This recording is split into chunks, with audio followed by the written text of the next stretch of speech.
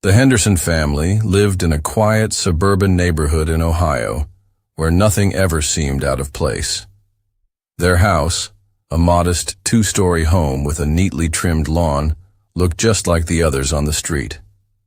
To neighbors, Mark and Susan Henderson were an average couple raising their two children, Emily and Jacob. They weren't particularly social, but no one thought much of it. The family kept to themselves, and life went on. Emily, at 10 years old, should have been full of energy, playing outside with friends or riding her bike like other kids. But she was rarely seen. When she did appear, she kept her head down, her movements small and cautious, as if afraid of being noticed. Her younger brother, Jacob, was even more of a mystery. Some neighbors weren't even sure he existed since they had barely ever seen him outside. At school, Emily's teachers started noticing troubling signs. She was unusually thin, her skin pale, and her uniform always slightly oversized, as if she was shrinking inside it. Her arms and legs were often covered in bruises. When asked about them, she would mumble an excuse. She fell down the stairs, she bumped into a table, she tripped while playing. The explanations never quite made sense, but what was more alarming was how she reacted to any form of authority. She flinched when a teacher raised their voice, kept her hands folded tightly on her desk, and never spoke unless directly addressed. Concerned, one of her teachers reported the situation to Child Protective Services. A caseworker visited the Henderson home, where Susan greeted them with a warm smile and a spotless living room. She explained that Emily was simply clumsy, always getting into little accidents. The caseworker spoke to Emily, who, with downcast eyes, nodded along with her mother's words. "Yes, I fall a lot," she whispered. There was no visible proof of abuse beyond what could be dismissed as childhood injuries. With nothing concrete to act on, the case was closed. As weeks passed, Emily's condition worsened. She came to school with sunken cheeks and dull eyes. She often sat in class staring blankly at the board, as if in a daze. Then, one day, she stopped coming to school altogether. The official reason given was homeschooling. Mark and Susan informed the school that Emily was struggling with anxiety and would be better off learning at home. With no legal requirement to verify this decision beyond a form signed by the parents, the school accepted it. Soon after, Jacob also disappeared from public view. The house, once at least somewhat active, now remained eerily silent. A few neighbors grew suspicious. One even knocked on the Hendersons' door to check on the children, but Mark dismissed them with a polite but firm reassurance that everything was fine. No one pressed further. The family, always private, was simply being themselves. But behind that closed door, something terrible was happening, something far worse than anyone could have imagined. The call came on a chilly October evening when most families were settling in for the night. A frantic voice on the other end of the line told the 911 dispatcher about a small, disoriented boy wandering alone near an abandoned field. He was barefoot, wearing only a thin, torn t-shirt and shorts despite the dropping temperature. His face was gaunt, his body frail, and his arms and legs were covered in bruises, scratches, and old scars. He looked like he hadn't eaten in days. When the paramedics arrived, they found him shivering, unable to speak more than a few broken words. His eyes darted around, filled with a mixture of fear and confusion. He was rushed to the hospital, where doctors quickly assessed the extent of his condition. Severe malnutrition, untreated injuries, and clear signs of prolonged neglect were evident. The boy refused food at first, flinching when a nurse tried to hand him a sandwich. It took time for him to realize he wasn't about to be punished for eating. As he slowly regained some strength, he finally whispered his name. Jacob Henderson. The name sent shockwaves through the authorities. It had been months since anyone had seen Jacob or his older sister Emily. The family had withdrawn from the community, their children hidden from the outside world. Now one of them had escaped, but the question remained: where was Emily? Child Protective Services and law enforcement immediately launched an investigation. When detectives gently questioned Jacob, his answers were hesitant, fragmented, as if he wasn't sure what he was allowed to say. But one thing became clear. His sister was still inside their house and she needed help. With this urgent information, police secured a warrant and made their way to the Henderson residence. The house stood in eerie silence. The curtains were drawn, and the lights were dim. Officers knocked on the door, calling out for Mark and Susan. No answer. After repeated attempts, they forced entry. The moment they stepped inside, an overwhelming stench hit them, a putrid mix of rotting food, urine, and something else, something worse. The house, which had once appeared well kept to visitors, was a mess of filth and decay. Piles of garbage covered the floors, and the kitchen sink overflowed, with dirty dishes. Old takeout containers, some with mold growing inside, were scattered across counters. It was clear no one had been taking care of this home for a long time. As officers moved deeper inside, they called out for Emily. No response. The search led them to the basement door, which was bolted shut from the outside. With growing unease, they forced it open. A wave of damp, foul air rushed out. The basement was dark, the only light coming from a single dim bulb hanging from the ceiling. Against the cold concrete walls, rusted chains hung loosely, their intended purpose unmistakable, and in the corner, lying unnaturally still on a stained mattress, was a small, motionless body. The room fell silent as officers stepped closer, their boots echoing against the cold concrete floor. The air was thick with decay, making it hard to breathe. A small, frail body lay curled on the stained mattress, limbs unnaturally thin, skin covered in bruises and sores. The dim light barely illuminated her face, but they knew instantly. It was Emily Henderson. One of the officers knelt beside her, his gloved fingers pressing against her wrist, searching for any sign of life.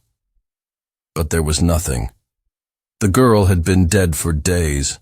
Her body was cold, stiff, and alarmingly light, as if she had wasted away long before her heart stopped beating. Her lips were cracked, her hair matted, and her tiny hands still curled inward, as if she had died trying to protect herself from something unseen. Medical examiners arrived quickly, documenting every detail of the horrific scene.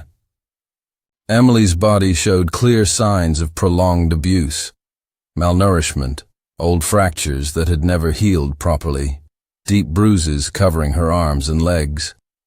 Some wounds were fresh, others had been there for months, if not years. But the most chilling discovery was what they found inside her stomach.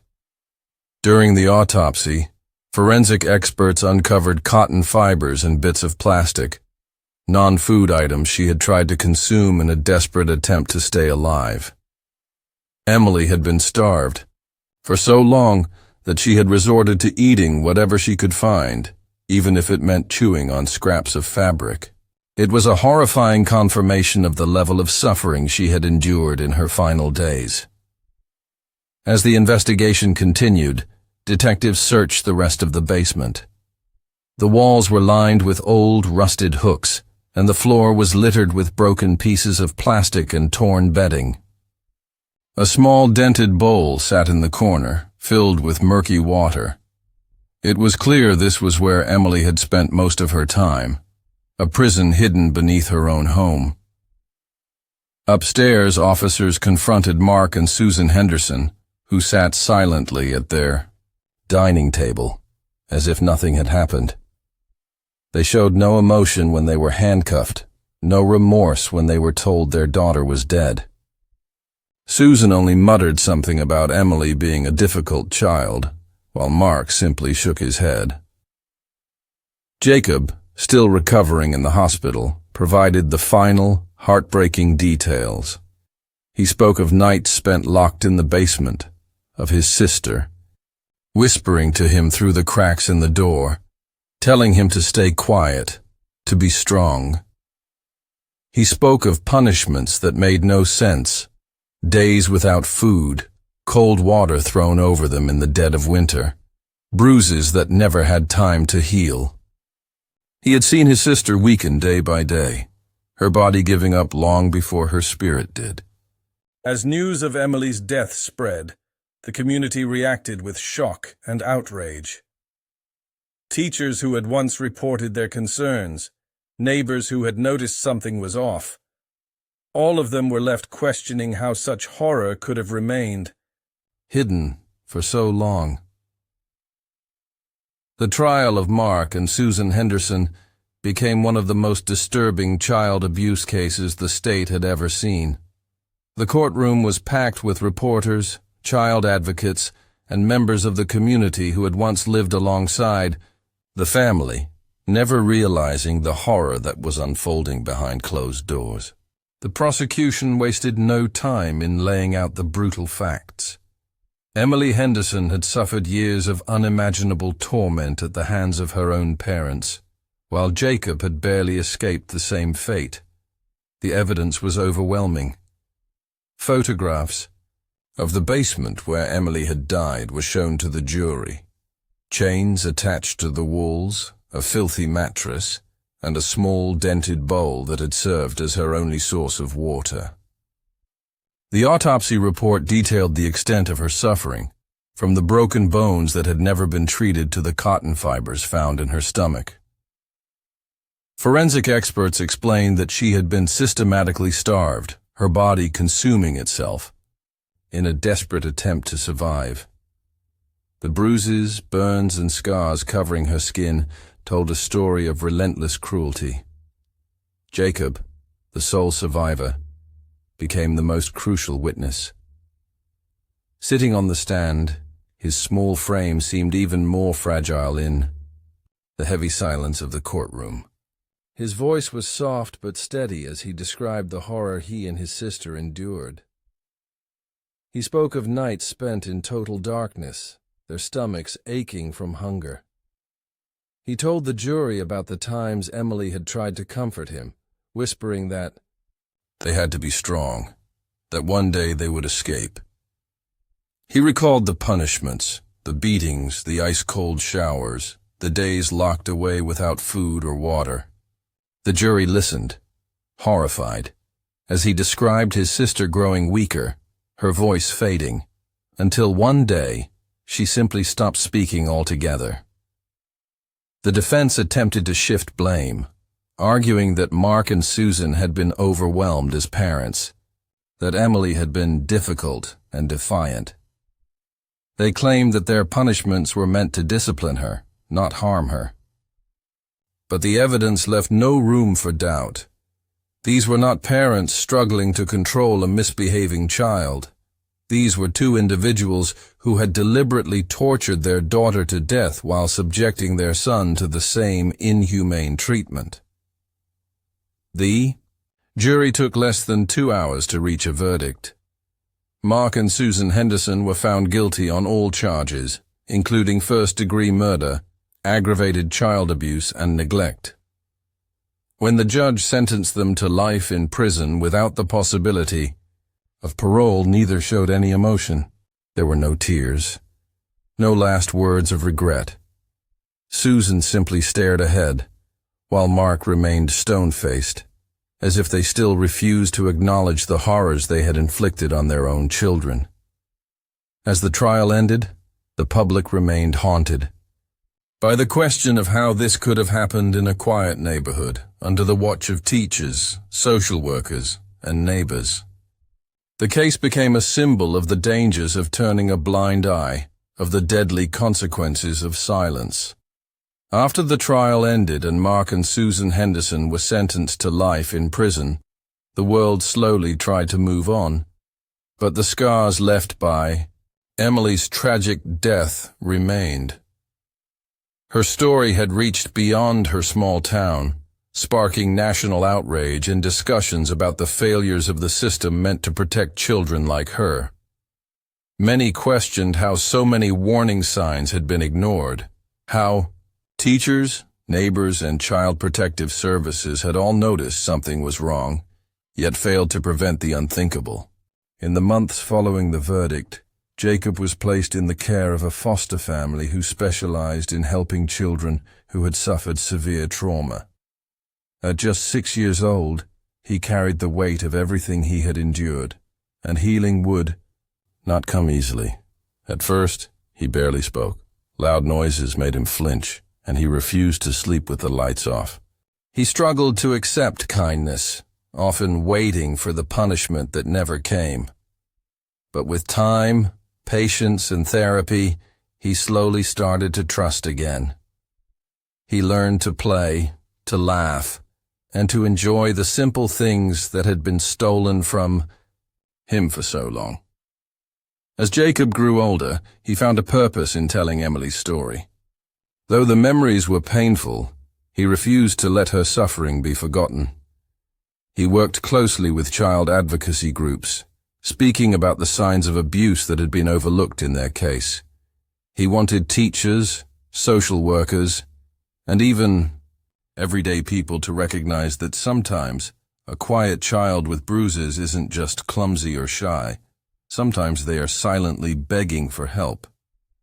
Emily's tragic death also led to changes in child protection laws.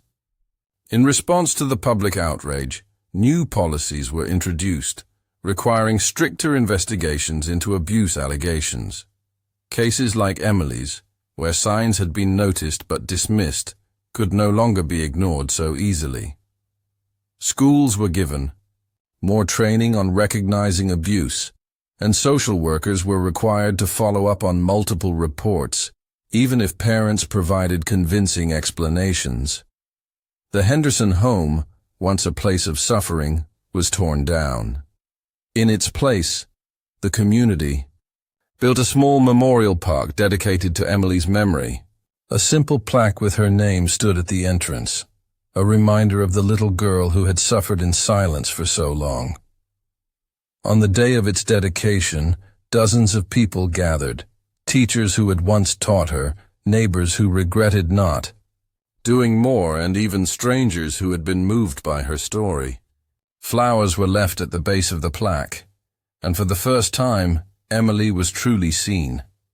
Though Emily did not live to see justice served, her story changed lives. She became more than just another victim. She became a symbol of resilience, a reminder of the need to protect the most vulnerable. And through Jacob, her voice lived on, ensuring that no other child would be left to suffer the way she had.